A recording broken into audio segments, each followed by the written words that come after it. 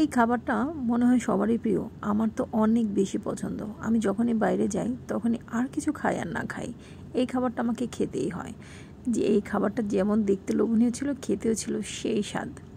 এই তো আজকে বের হলাম একটু বাইরে, যেহেতু টুকিটাকি কাজ ছিল আমার, সেই কাজগুলো কমপ্লিট করতে বের হয়ে গেলাম।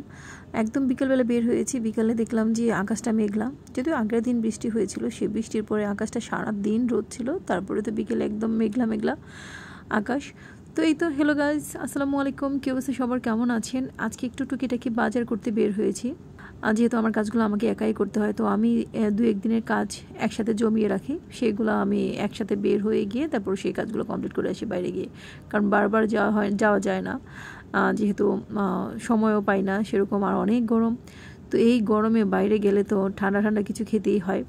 এই তো আমি আমার হাতের কাজগুলো শেষ করে আমি চলে আসছি রেস্টুরেন্টে, বাসার কাছে যেহেতু ছোট্ট সুন্দর একটা রেস্টুরেন্ট, সেহেতু না গেলে কি হয়, তো আমি চলে গেলাম। যেহেতু অনেক গরম বাইরে, সেহেতু টুকটাক ঠান্ডা খেলে হয়তো ভালো লাগবে, এই চিন্তা করেই আজকে রেস্টুরেন্টে আসলাম। তো আসলে মানুষের লাইফে কিছু সময় থাকে যে সময়গুলো নিজেকে একা একাই চলতে হয়, একা পথ চলতে শিখতে হয়। কারণ বলা তো যায় না কখন কোন সময় মানুষের জীবনে কেমন পরিস্থিতি ঘটে, তখন পাশে কেউ নাও থাকতে পারে। সেই জন্য সবসময় আমি চেষ্টা করি নিজে একাই চলার।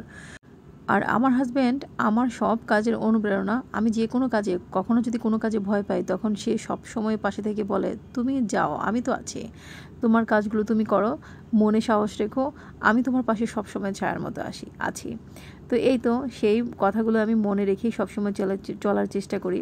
আসলে লাইফে টাকা পয়সা ধন সম্পদ থাক আর না থাক, যদি মনের মতো একজন মানুষ থাকে, যে মানুষটা আপনাকে সাপোর্ট করবে, যে মানুষটা আপনার প্রত্যেকটা কাজে অনুপ্রেরণা যোগাবে, এরকম একজন মানুষ পাশে থাকা কিন্তু ভাগ্যের ব্যাপার। আলহামদুলিল্লাহ, আমার সাথে এমনই একজন মানুষ আছে যে আমার সব কাজে আমাকে অনুপ্রেরণা যোগায়, সব কাজে আমাকে সাহস যোগায়, আমাকে পথ চলতে শেখায়। তো সবাই আমার ফ্যামিলির জন্য দোয়া করবেন, আমার হাজব্যান্ড আমাদের জন্য দোয়া করবেন। আজকে এই পর্যন্তই, ভালো থাকবেন সবাই, আল্লাহ হাফেজ সবাইকে।